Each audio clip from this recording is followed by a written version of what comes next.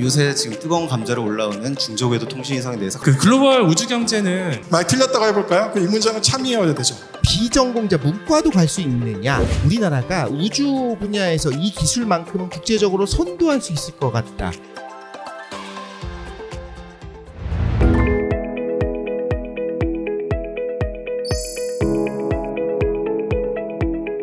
우주청이 이제 만들어진다는 소식을 들어서 그에 대한 더 많은 배움을 얻고자 여기 참석하게 되었습니다.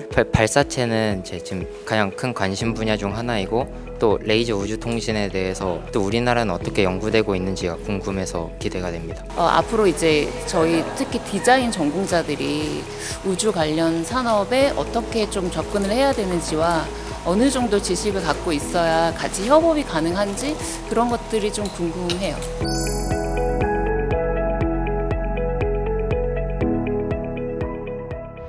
과학기술정보통신부에서 주최하는 대국민 과학 강연 진행을 하게 된 과학 크리에이터 이독실 인사드립니다.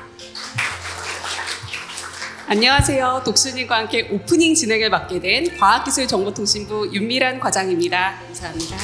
오늘의 주제에 대해서 과장님께서 직접 한번 설명해 주시죠. 네, 오늘의 주제는 우주의 다채로운 모습, 안녕 우주입니다. 감성적인 주제, 말랑말랑하게 이렇게 이름을 붙였는데요. 우주하면 흔히 다누리, 누리호 이런 것들 이제 떠올리기 쉽잖아요. 그죠. 과학기술 분야 중에서 제일 국민들의 관심이 높은 분야가 바로 우주입니다. 그래서 우리 과학기술을 조금 더 가까이 쉽게 느끼기 위해서 우주를 주제로 선정하게 되었습니다. 다음 달에 5월에는 드디어 우주항공청이 개청을 합니다. 국민들의 기대가 큰 만큼 우주항공청이 성공적으로 시작할 수 있도록 노력을 하고 있습니다. 여러분께서도 많이 응원해 주시면 감사하겠습니다. 오늘은 제가 딱 발사체와 인공위성 여기 딱 두 분야에 대해서 말씀을 드릴게요. 사실은 이거 택배회사랑 그렇게 크게 다르지가 않습니다. 일종의 분류 운송업이라고 생각하시면 편해요. 왜냐면은 인공위성을 지상으로부터 원하는 궤도에 배달시켜주는 역할을 합니다. 여기서 화성을 간다, 굉장히 대단해 보이고 진짜 대단한 게 맞지만 하는 일은 물건이 사람이 될 수도 있고 우주선이 될 수도 있는데 그거를 지구에서 화성으로 배달시켜주는 역할을 합니다. 비즈니스 모델이 굉장히 단순하죠, 그렇죠? 그러니까 인공위성 산업은 조금 더 다양해요. 왜냐면은 이제 로켓은 산업 모델이 하나밖에 없는데 인공위성은 좀 많아요. 이것저것 많아가지고 위성 제작, 데이터 판매, 서비스 제공, 지상국까지 굉장히 다양한 산업들이 있습니다. 그래서 이제 인공위성 분류는 사람들마다 분류하는 게 조금씩 다르긴 한데 기본적으로 고도에 따라서 분류도 하고 아니면 임무, 페일로드가 어떤 게 실렸냐에 따라서 분류도 합니다. 그래서 이제 여러분들이 뉴스나 그런 기사들을 보면은 이게 저궤도 위성, 중궤도, 정지궤도 그런 얘기를 많이 쓰는데 이거를 보면은 왜 저궤도라고 하시는지 바로 감이 오실 거예요. 보면은 이게 저궤도예요. 아시겠죠? 지구에 딱 붙어 있어요. 되게 낮아요. 그래서 저궤도라고 해요. 요거 바깥에 있는 이건 정지궤도. 굉장히 여기다 올려놓으면 지구에서 보기 한 점에 떠 있다 그래서 정지궤도라고 부르고 요거랑 요거 사이에 있는 건 다 중궤도라고 불러요. 단순하죠? 요새 지금 뜨거운 감자로 올라오는 중저궤도 통신위성에 대해서 간략하게 또 말씀을 드릴게요. 사실은 요새 스타링크라고 해서 사람들 많이 얘기하고 했는데 이게 없었던 개념이 아니에요. 옛날에도 이리듐, 글로벌 스타 이제 이런 위성군들이 있었고 실제로 지금도 이런 전화기 가지고 서비스를 해요. 여러분도 살 수 있어요. 위성 전화기 살 수 있고 인터넷도 돼요. 실제로 되게 느리긴 하지만 돼요. 살 수 있습니다. 정지궤도랑 저궤도랑 보면은 정지궤도는 신호가 되게 약하기 때문에 너무 멀리 있어가지고 느려요. 대신 저궤도는 이제 신호가 강해서 빠르긴 한데 위성이 계속 돌기 때문에 조금 트래킹하는데 문제가 있다. 이런 장단점이 있고요.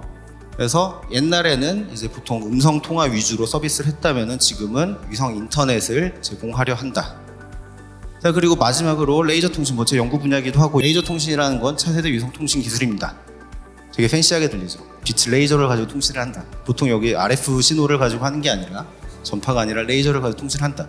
실제로 있는 기술이고 이미 인류는 2001년에 우주에서 이 링크를 가지고 사용을 했어요. 자, 장점 딱 하나밖에 없어요. 통신 모듈 크기가 작아요. 이거밖에 없어요. 실제로 모듈 크기가 작다. 얼마나 작냐라고 하면은 만약에 화성 지구간 통신 링크를 구상했을 때 안테나 한 10분의 1 정도 사이즈로 데이터는 훨씬 더 빠르게 전송이 가능합니다. 10배 이상의 데이터 속도로 전송이 가능해요. 굉장한 굉장히 매력적인 통신 방식이에요. 이 위성 통신은 이제 6G에서 굉장히 중요한 역할을 할 겁니다. 이제 5G의 핵심 개념이 초고속, 초저지연, 초연결이라고 하는데 6G는 여기에서 초공간이라는 개념이 추가되는 기술이기 때문에 이 위성 통신 기술 없이는 제대로 이제 6G를 구현할 수 없다라고 보시면 될 것 같습니다. 글로벌 저궤도 위성 통신 시장 경쟁은 현재 스타링크와 원앱, 아마존의 카이퍼 이렇게 이제 3강 구도로 압축이 됐고요. 그리고 이 스타링크 같은 경우에는 현재 그 상장 절차를 좀 밟고 있기 때문에 아마도 2-3년 뒤에는 저희가 테슬라를 매매를 했던 것처럼 나스닥에서 이제 스타링크를 매매하는 이런 날들이 이제 일어날 수 있다라고 보고 있고요. 네, 지금 보시는 그림이 이 스타링크의 저궤도 통신 위성인데요. 이렇게 이제 플랫 패널 디자인 형태로 만들어서 이렇게 이제 부피를 줄일 수가 있고요. 실제로 이 위성을 이렇게 이제 접어가지고 현재 스페이스X의 주력 로켓인 팔콘 9이라고 하는 로켓의 탑재체 부분에 이렇게 이제 30개씩 두 줄로 쌓아 올려가지고 발사를 하고 있어요. 그래서 저 팔콘 9이 대기권을 뚫고 이제 고도에 도달을 하게 되면 발사체가 이렇게 열린 다음에 60개의 위성이 한 줄로 나와가지고 궤도에 안착하는 방식으로 이 통신망을 구축을 하고 있습니다. 네, 그 글로벌 우주 경제는 꾸준히 발전해서 2030년까지 연평균 4.7% 성장할 전망이고요. 그 전에 없던 데이터 서비스 시장이 성장을 하면서 2040년에는 약 1조 달러의 규모로 시장이 확대될 전망입니다. 우주 산업이 이제 글로벌 현상이다라는 걸 부정할 수 없는 사실이고 또 정부가 중장기적으로 전폭적인 지원을 약속을 했기 때문에 이 자본시장 관점에서는 이 우주 산업을 명확한 성장 산업으로 규정하고 투자 매력도가 높다라고 판단할 수밖에 없는 거죠. 네, 그리고 이제 올해 국내 우주 산업에서 가장 중요한 이벤트 하나를 꼽으라면 이 우주항공청이 있을 텐데요. 이 우주항공청 신설로 정부의 어떤 구체적인 지원책이 나타날 걸로 예상을 하고 있고요.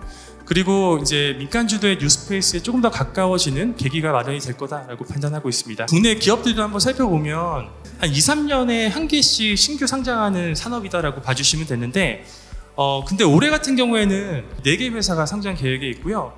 내년에도 한 3-4개 정도 회사가 상장 계획이 있습니다. 그래서 2년 동안 8개 회사가 되는 이제 무더기로 이제 상장을 계획을 하고 있는데 이게 의미하는 바는 결국 시장이 그만큼 이 우주 산업에 대한 관심을 많이 갖고 있다라는 거고 국내 증시에서 이 우주 산업의 파이가 이제 커지는 거기 때문에 그만큼의 어떤 수급적인 긍정적인 효과가 존재한다라고 이렇게 이해를 해주시면 될 것 같습니다.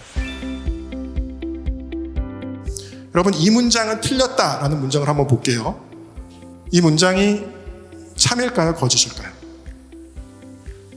이 문장은 틀렸다. 만약 참이라고 해볼까요? 그럼 이 문장은 틀린 거죠. 근데 맞은 거죠. 만약 틀렸다고 해볼까요? 그럼 이 문장은 참이어야 되죠. 근데 보면 틀린 거죠.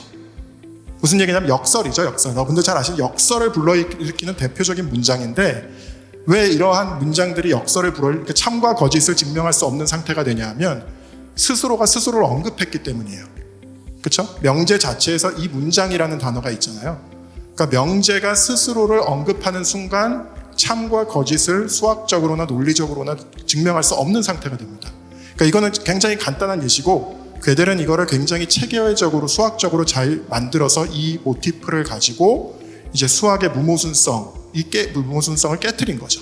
그래서 이제 괴델이 수학계에 굉장히 파란을 일으켰었고 괴델의 어떤 그런 공식을 설명할 때 많이 쓰이는 그림인데 그러니까 참과 거짓을 따질 필요가 없이 무조건 참인 명제 그걸 바탕으로 하나 이렇게 쌓아놔서 정리를 만들면 저런 식으로 나뭇가지가 하나 만들어지겠죠. 그렇죠?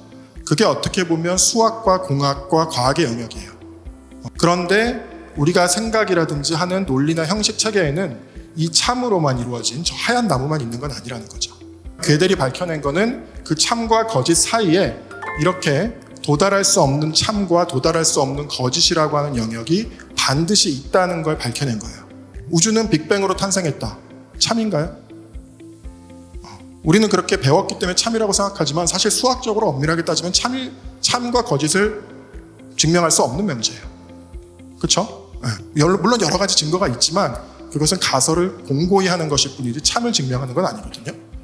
그래서 저는 SF의 역할을 어떻게 생각하냐면 우주에서 우리가 도달할 수 없는 참 또는 도달할 수 없는 거짓의 영역을 탐색하는 게 SF의 역할이라고 저는 생각을 합니다. 저는 우주 덕후이기 때문에 스타쉽 발사를 항상 챙겨보거든요. 여러분도 아마 보시는 분 있을 거예요. 이 로켓을 만드는데 물론 불확실성이 있는 것들이 있겠지만 적어도 로켓을 설계하고 부품을 만들 때 이 그림에서 흰색 나뭇가지를 벗어나는 명제가 있으면 될까요? 안 되겠죠, 그렇죠? 그럼 로켓이 정말 터져버리겠죠. 그게 아까 말씀드린 과학과 공학의 영역이에요. 반면에 여러분들 마시험 보시면 첫 장면에 이렇게 막 모래폭풍 때문에 그 우주선이 쓰러지면서 주인공이 고립되는 장면이 나오죠, 그렇죠? 이거는 참일까요? 거짓이에요. 왜? 화성의 대기는 지구의 1%밖에 안 되기 때문에 사실 폭풍이 잴 수는 있어요. 우리가 뭐 속도로 잴 수는 있지만 뭔가 사람을 쓰러뜨리고 물건을 넘어뜨릴 만한 모래폭풍이 생길 수가 없어요. 그럼에도 불구하고 SF 영화에서는 굉장히 중요한 도입부의 장치로 등장을 하죠. 무슨 얘기냐? SF는 도달할 수 없는 참이나 도달할 수 없는 거짓에 있는 명제들로도 구성될 수 있다. 그래서 우리가 그것을 조금 더 이런 전체 체계를 탐구하는 데 있어서 SF를 하나의 도구로 쓸 수 있다. 이렇게 저는 해석을 하고 있습니다.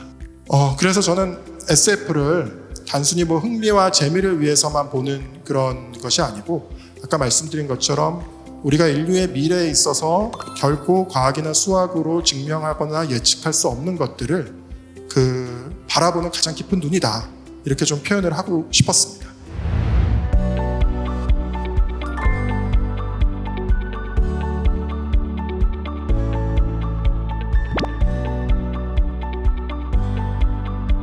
항공 우주 산업에 관심이 있는 예비 소프트웨어 개발자분께서 질문을 해주셨어요. 비전공자 문과도 갈 수 있느냐? 항공 우주 쪽에 관심이 있는데 꼭 뭐 다시 대학을 가야 되냐? 이런 진로에 관한 질문을 해주셨거든요. 일단은 뭐 제가 기본적으로 소프트웨어 짜는 사람이 전공은 크게 상관이 없다라고 보셔도 될 것 같아요. 실력만 있으면 됩니다.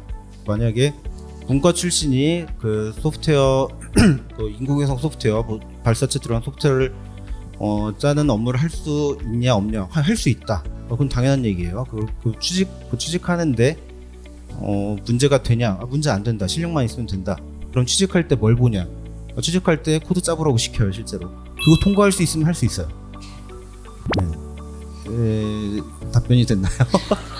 그렇죠. 이제 경력직만 뽑는 느낌이네요. 우리 정기수 애널리스트님께도 질문을 좀 하셨어요. 우리나라가 우주 분야에서 이 기술만큼은 국제적으로 선도할 수 있을 것 같다 하고 예상하고 계신 게 있으신지? 제가 봤을 때는 이제 뭐 위성도 되게 잘 만드는 걸로 알고 있는데, 근데 안테나 분야는 우리나라도 꽤 잘 만드는 회사들이 많이 있거든요.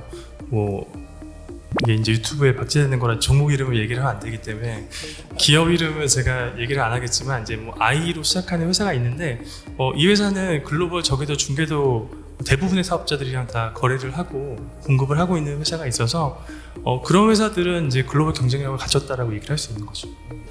지금 우리나라에서 지금 선도할 수 있는 기술에 대해서 말씀하셨잖아요. 그래서 이 질문을 좀 답을 좀 듣고 싶어요. 과기정통부 관계자님, 우주항공청은 나사나 중국, 유럽의 우주 관련 기구와 비교하자면 어떤 공통점이 있고 차이점이 있을까요? 라는 질문을 해주셨는데, 오늘 이 자리에 과기정통부에서 이창윤 차관님께서 직접 오셨습니다. 직접 우리가 이 이야기를 들어보면 어떨까라는 생각이 듭니다. 저희들이 정책 방향이 우주항공청 설립을 통해서 저희들이 조금 더 결집력 있게 우리의 역량들을 좀 더 결집을 하고, 이제는 기술 수준에서 뭔가 미션을 주는 것이 아니라 뭔가 서비스 차원에서 뭔가 미션을 정의하고 거기에 필요한 일들이 무엇인가를 디파인해서 저희들이 그것들을 기술 확보가 필요하면 기술을 개발할 것이요, 아니면 뭔가 구매가 필요하면 뭐 민간의 활동을 통해서 저희들이 그동안은 그러니까 공공 부분에서 개발하던 것들을 민간의 역량을 활용을 해서 저희들이 역량도 키워주고 시장도 키워주는 이런 전체적인 정책 방향이 민간 기업 중심으로 간다라는 거고요. 그런 미션들을 국가적으로 잘 정의하고 끌어가기 위한 리더십을 갖기 위해서 전담 행정 조직을 설립을 한다. 이렇게 이해해 주시면 될 것 같습니다. 흥미로운 질문이 하나 나왔어요. 달이나 화성 탐사를 할 때 그 땅은 누구 소유인가요? 작가님께 궁금합니다. 정말 어마어마한 게 발견됐어요. 네. 어떻게 될까요? 저도 사실은 뭐 강대국들이 힘을 항상 우선시하기 때문에 사실 뭐 달이나 화성이나 점유할 수 있는 국가가 몇 개 안 되잖아요. 오히려 더 뭐 윤리의식이나 죄책감 없이 먼저 차지한 사람이 선점하지 않을까. 정말 그런 중요한 자원이 있다면. 그리고 거기서 뭔가 국제 공조를 하기는 어렵지 않을까. 지금의 일련의 세계 정세를 볼 때 그렇게 생각을 합니다. 사실 이 부분이 지금 우리가 약간의 무리를 해서라도 우주개발 좀 서둘러야 되는 이유로 저는 찾았었어요. 어떤 순간에 그 달이나 화성이나 거기까지 갈 수 있는 능력이 있느냐 없느냐에 따라서 그 순간의 발언권이 달라질 거라고 생각했거든요. 그런 미래가 펼쳐졌으면 좋겠습니다. 네, 오늘 강연 여기까지 하도록 하겠습니다. 감사합니다. 생각보다 엄청 우주가 가까이 왔구나를 좀 알게 된 계기였고, 과학에 좀 더 어떤 좀 넓은 눈을 갖고 바라봐야겠다는 그런 생각을 하게 된 것 같아요.